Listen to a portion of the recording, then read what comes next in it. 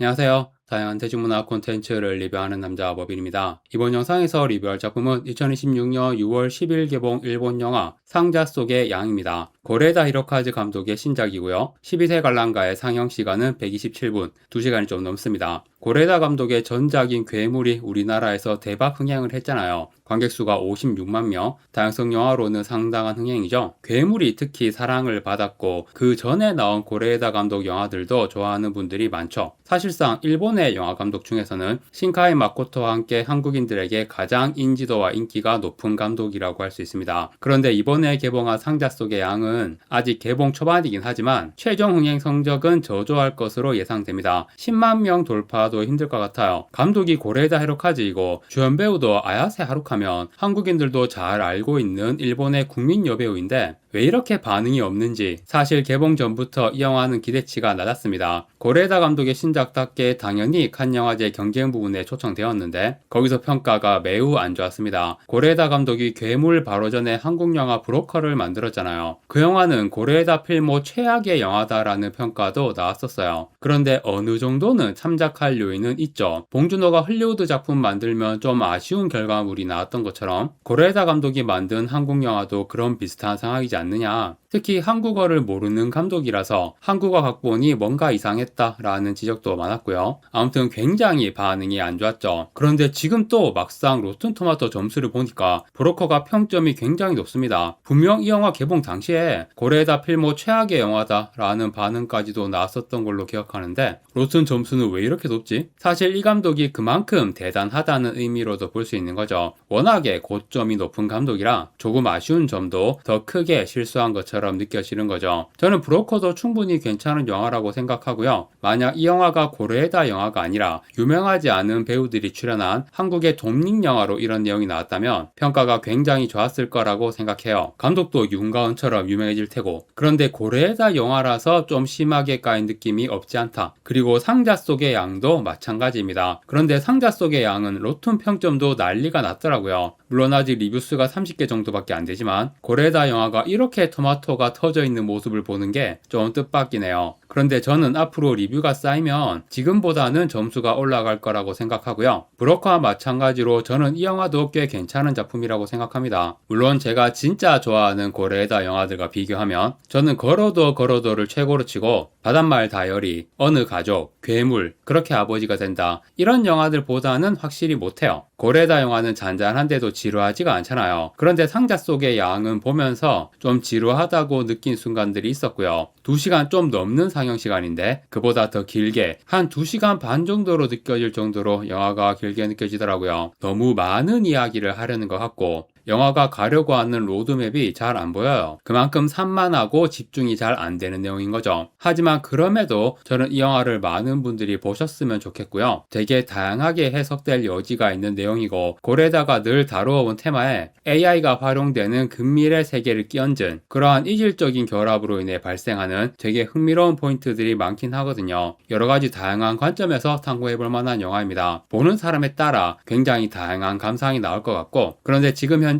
이 영화에 대한 흥행과 관심이 너무 저조해서 일단 유튜브에 이 영화를 리뷰하시는 분도 별로 없고요. 심지어 이동진 고레에다의 유튜브 대담 영상조차도 조회수가 생각보다 낮은 걸 보니까 그냥 정말 사람들이 이 영화에 관심이 없구나. 괴물대와는 너무 다르구나. 그렇게 느껴져서 좀 안타까운 신경이네요. 그래도 어쨌든 제가 이 영화를 어떻게 보고 왔는지 솔직한 리뷰를 해보도록 하겠습니다. 기본적으로 이 영화에 대해서 관객들이 다양한 관점으로 접근하게 되는 것 같아요. 그런 관점들을 다 포괄해서 리뷰를 하면 일단 그런 리뷰를 위해서는 영화를 한 번 더 봐야 할 것 같고요. 내용도 굉장히 긴 리뷰를 해야겠죠. 그렇게까지 하는 건 포기. 그냥 제가 기억하고 있는 장면들, 인상 깊었던 내용과 장면들 위주로 해서 저만의 관점으로만 리뷰를 하겠습니다. 제가 다양한 관점이라고 했지만 크게는 2가지 테마로 나눠질 것 같습니다. 첫 번째는 고레에다가 늘 해오던 이야기, 가족, 상실, 그리고 상실 속에서의 희망과 구원. 이동진 고레에다 대담 영상을 보니까 영화의 마지막 장면에 대해서 그런 얘기를 하더라고요. 아들을 잃은 부부가 주인공으로 나오는 영화인데 영화의 마지막 장면에서 부부가 아닌 아내의 얼굴만 화면에 딱 잡히면서 끝나죠. 웃는 얼굴. 아야세 하루카가 연기한 오토네라는 캐릭터입니다. 고레다 감독이 남편 캐릭터는 약간 관찰자적 시선으로 그렸다고 하더라고요. 사실 스필버그의 AI도 그렇고 이런 이야기에서는 아무래도 부모 둘 중에 한 명만 메인이 되는 것 같아요. 보통은 엄마죠. 물론 고레다 감독이 그렇게 아버지가 된다 같은 작품에서 부모 중 아빠에게 초점을 맞춘 이야기도 하긴 했지만 뭔가 상실의 서사 이런 거는 고레다뿐 아니라 다른 감독 작품들에서도 엄마 캐릭터를 중심으로 이야기를 풀어내는 경우가 더 많은 것 같긴 합니다. 물론 이 영화에서 아빠와 관련된 중요한 대사나 장면들도 많긴 했지만 일본의 코미디언인 다이고가 연기한 켄스케라는 역할, 그런데 애초에 이 캐릭터는 죽은 아들의 모습을 본뜬 휴머노이드에게 나는 네 아빠가 아니니까 아저씨라고 불러 라고 하잖아요. 아빠도 아닌 아저씨라는 역할로 등장하는 거고, 그래서 이 켄스케와 관련된 장면보다는 엄마인 오토네와 관련해서 중요한 장면들을 더 비중 있게 담아냈죠. 특히 상자 속의 양이라는 영화의 제목과 관련해서는 되게 결정적인 장면과 대사가 둘 다 오토네를 통해서 나오잖아요. 휴머노이드의 충전 박스가 사각형인데 그 옆에 오토네가 누워있으면서 사각형 안에 오토네가 갇혀있는 미장센으로 표현된 장면, 사실상 이 영화에서 가장 중요한 장면이었죠. 그리고 후반부에 오토네와 휴머노이드가 대화를 할 때 상자 안에 있는 건 나였구나 라는 대사를 하는데 역시 이 영화에서 가장 중요한 대사일 테고요. 그러니까 이 영화는 되게 익숙한 고레에다식 가족 이야기, 가족의 빈자리라는 테마, 아들을 잃은 엄마가 그 상실을 극복해가는 이야기로 볼 수 있는 거고요. 아들의 모습을 한 휴머노이드를 데려와서 어린 왕자가 상자 안에 양이 있다고 믿은 혹은 상상한 것처럼 휴머노이드 안에 있는 자기 아들을 상상하려고 한 거였죠. 하지만 시간이 갈수록 이 휴머노이드는 자기 아들이 아니라는 걸 알게 되고, 그럼에도 불구하고 이 휴머노이드가 자기만의 방식으로 오토네뿐 아니라 아저씨라고 부르는 켄스케에게까지 위안을 주고 상처를 극복하는 힘을 주게 되는 거죠. 아들의 죽음이라는 과거의 상자 안에 갇혀있던 엄마가 이런 식으로 구원을 얻게 되는 서사인 걸로, 그런 식으로 내용을 이해할 수 있는데요. 오토네의 웃는 얼굴이 이 영화의 마지막 장면인 것도 그런 서사의 완성으로 볼 수 있는 거고요. 이렇게 고레에다식 가족의 테마로 보는 게 첫 번째 관점인 거고, 두 번째는 영화의 마지막 장면이 아닌 첫 장면으로 상징된다고 볼 수 있는데, 드론 택배가 하늘을 비행하는 장면으로 영화가 시작합니다. 머지않은 미래라는 자막이 딱 나오면서 영화가 시작되거든요. 아무래도 고레에다 감독이 SF 영화를 시도한다고 하니까 근미래 SF적인 세계관이 고레에다식으로 어떻게 표현될지가 궁금해서 드론이 비행하는 첫 장면부터 이런 묘사를 유심히 봤거든요. 그런데 드론 택배가 상용화된 근미래다라고 하면 드론 택배뿐 아니고 외형이 인간과 거의 구분이 안 되는 휴머노이드까지 존재하는 세계잖아. 그러면 드론들 여러 개가 하늘을 막 날아다니는 장면이 나올 수도 있는 거고, 아니면 그런 근미래 세계관의 묘사가 없이 그냥 드론이 어딘가로 가고 있다 라는 상황만을 전달하는 거라면 그냥 이 하나의 드론만 끝까지 나올 수도 있는 거고요. 그런데 이 영화에서 어떤 장면이 나오냐 하면 다른 드론이 등장해요. 카메라가 따라가는 드론 말고 다른 드론이 지나쳐가는 장면이 나오거든요. 그러니까 오프닝 씬에서 두 개의 드론이 등장하는 거죠. 역시 근미래 세계관의 묘사를 한 거라고 볼 수 있는데, 단순히 제작비 아끼려고 최소한의 드론 두 개만 띄었다, 그런 이유로 볼 수도 있지만, 저는 이 장면에서 다른 작품의 근미래 세계관 묘사와는 다른 어떤 절제를 느꼈습니다. AI라든가 이런 미래 소재가 등장하는 작품에서 특히 그 기술에 인류가 압도를 당하는 내용이나 묘사가 많잖아요. 매트릭스처럼 아예 기계의 반란으로 인간이 지배를 당하기도 하고, 그런데 이 영화에서는 그런 기술들이 인류를 위협하거나 압도하는 그런 느낌을 주는 묘사나 표현을 최대한 나오지 않게 하려는 의도가 느껴졌고요. 하늘에 수많은 드론들이 날아다니는 그림이 나오면 얼마나 위압적이에요. 소리도 무슨 장수말벌 같은 소리가 나는데, 그런데 두 대만 딱 등장하니까 우리가 사는 세상에서 전혀 이질적인 풍경이 아닌 거야.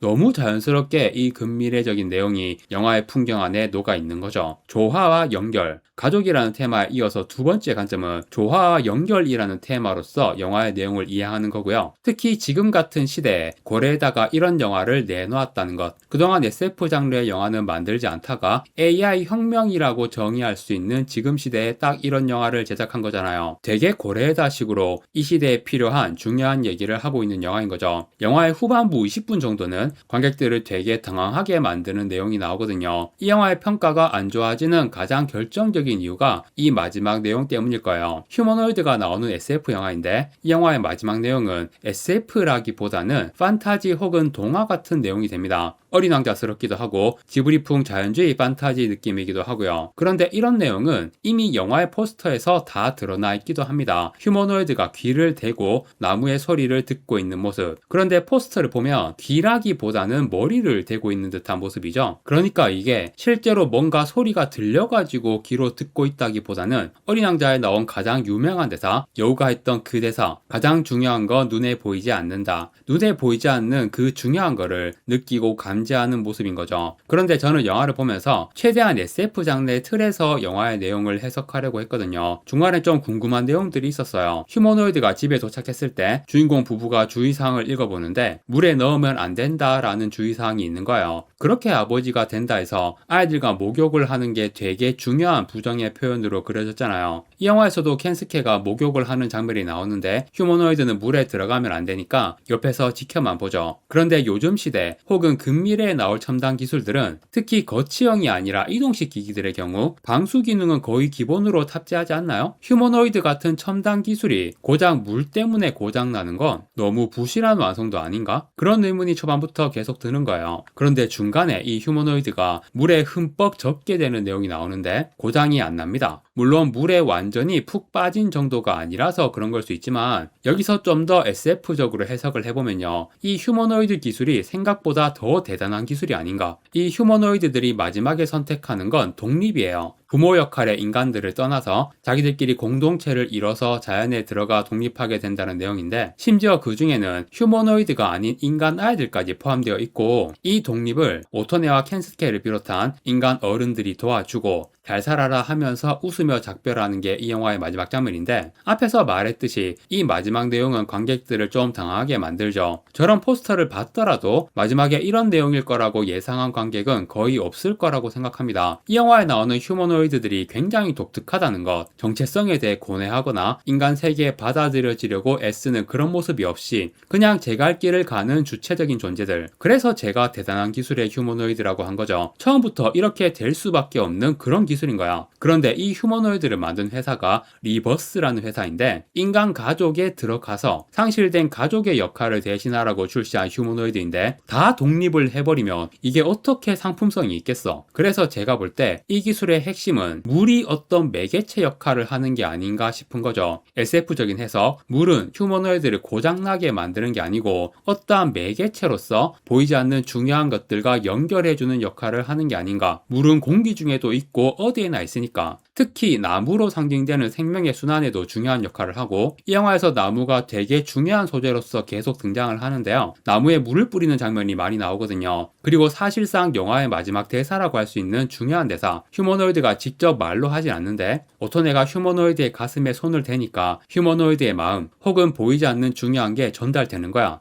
오토네가 그걸 전달받았잖아요. 그래서 켄스케가 그게 뭐였는지 물어보니까 집에 있는 올리브 나무에 물을 계속 줘라. 그런 얘기였던 거죠. 오토네의 부모도 오토네가 태어났을 때 나무를 심었고 오토네도 아들이 태어났을 때 나무를 심었어요. 레몬나무. 그리고 아들을 대신해서 휴머노이드를 데려왔지만 이때는 당연히 나무는 심지 않죠. 그런데 휴머노이드가 죽은 아들을 대신할 수 없다는 걸 받아들이고 그럼에도 앞으로 함께할 가족으로서 이 아이를 보게 되었을 때 결국 이 휴머노이드를 위한 나무도 심게 되거든요. 그게 올리브나무. 그런데 이 휴머노이드는 자기 나무가 심어져 있는 집을 떠나 독립해버렸지만 그래도 나무에 계속 물을 주라고 마지막으로 자기 마음을 오토네에게 전한 거예요. 옆에 없지만 함께 할 것이다. 이렇게 물과 관련된 중요한 대사나 내용들이 계속 나오는 거, 조화, 공존, 연결이라는 이 영화의 테마에서 물이 매개체로서 표현이 된 게 아닌가. 그래서 마지막이 판타지나 동화인 게 아니라 이 휴머노이드 기술에서 물이 어떤 결정적인 역할을 한다. 원래부터 그런 기술이다. 라고 SF적으로 해석할 수 있는 거고요. 물론 그냥 마지막은 지브리풍 자연주의 판타지구나. 그런 식으로 봐도 상관없긴 해요. 그게 더 본래 감독의 의도에 가깝긴 한 것 같고요. 아무튼 그래서 결국 이 영화가 말하고자 하는 게 뭐냐. AI 소재의 작품들이 늘 이 미래 기술들의 정체성과 목적성에 대해 다루었는데 이 영화는 오프닝에서 2대의 드론이 그냥 쓱 지나쳐버렸던 장면처럼 정체성? 목적성? 그런 걸로 고민하지 마라. 왜냐하면 이 모든 존재들은 그냥 제 갈 길 가는 거니까. 하지만 그럼에도 다 조화롭게 공존하고 연결되어 있는 것이고 이것이 다가오는 AI나 휴머노이드 같은 기술을 받아들이는 인간의 마음가짐이 되어야 하지 않겠나. 이게 제가 받아들인 이 영화의 메시지예요. 이질적인 것들의 조화. 오토네의 직업이 건축가인데 유리와 나무라는 이질적인 소재로 조화를 만들어내는 게 건축이다. 뭐 그런 식으로 얘기를 하잖아요. 오토네가 하는 건축 설계를 보면 일단 오토네의 집 자체도 직접 설계를 했을 텐데 통창이 많은 개방적인 구조, 그리고 2층에 난간이 없어. 뭔가 다 뚫려 있고 가로막는 게 없는 그런 식으로 집을 설계하는 거야. 가로막거나 배척하지 않고 모든 것이 조화롭게 연결되어 있는 것. 그게 오토네의 건축 철학인 것 같아요. 그런데 2층에 난간이 없는 게 엄청 위험하기 때문에 사람이 사는 집이 이런 구조인 건 되게 현실성이 없긴 하죠. 그냥 이 집 자체가 이 영화의 주제와 메시지를 표현하는 장치인 것 같다. 저는 그렇게 받아들였고요. 자연, 인간, AI, 휴머노이드 같은 미래 기술까지 고래에다가 지금까지 여러 작품들에서 대한가족에 대해 많이 다루었는데 이 영화는 그 범주를 벗어나서 대한 공동체에 대해 다루는 확장된 테마, 혁명적인 기술들이 도래하고 있는 지금 시대에 우리는 어떤 식으로 공존할 수 있을 것인가, 그런 고민과 성찰을 이 영화에 담아낸 거구나. 그렇게 제 감상을 정리할 수 있을 것 같습니다. 이 리뷰에서 제가 말한 내용들이 당연히 정답도 아닐 뿐더러 더 다양한 관점에서 해석될 여지가 많은 내용이에요. 사실 영화를 한 번 더 볼까도 생각을 했는데 결국 한 번만 보고 바로 떠오른 생각만으로 리뷰를 했고요. 지금 이 영화가 흥행이 안 되고 있지만 최대한 많은 분들이 보셨으면 좋겠다. 그래서 다양한 감상과 해석들이 제 영상에 댓글로 달리거나 아니면 인터넷에 리뷰로 많이 올라와서 이 영화를 감상하신 많은 분들의 다양한 생각들을 보고 싶네요. 물론 안 좋은 평가도 많이 나오고 있으니까. 그리고 앞에서 언급했듯이 저도 보면서 좀 지루하게 느끼기도 했고요. 그래서 일단 별점은 별 3개 반 이렇게 매기고 적극 추천한다까지는 아니지만 그렇다고 추천을 망설일 정도도 아닌 사람에 따라서는 꽤 흥미롭게 볼 수도 있는 나름 괜찮은 작품이라고 생각합니다. 그렇게 결론을 내리면서 영화 상자 속의 양의 리뷰는 마무리하도록 하겠습니다. 구독과 좋아요 부탁드립니다. 시청해주셔서 감사합니다.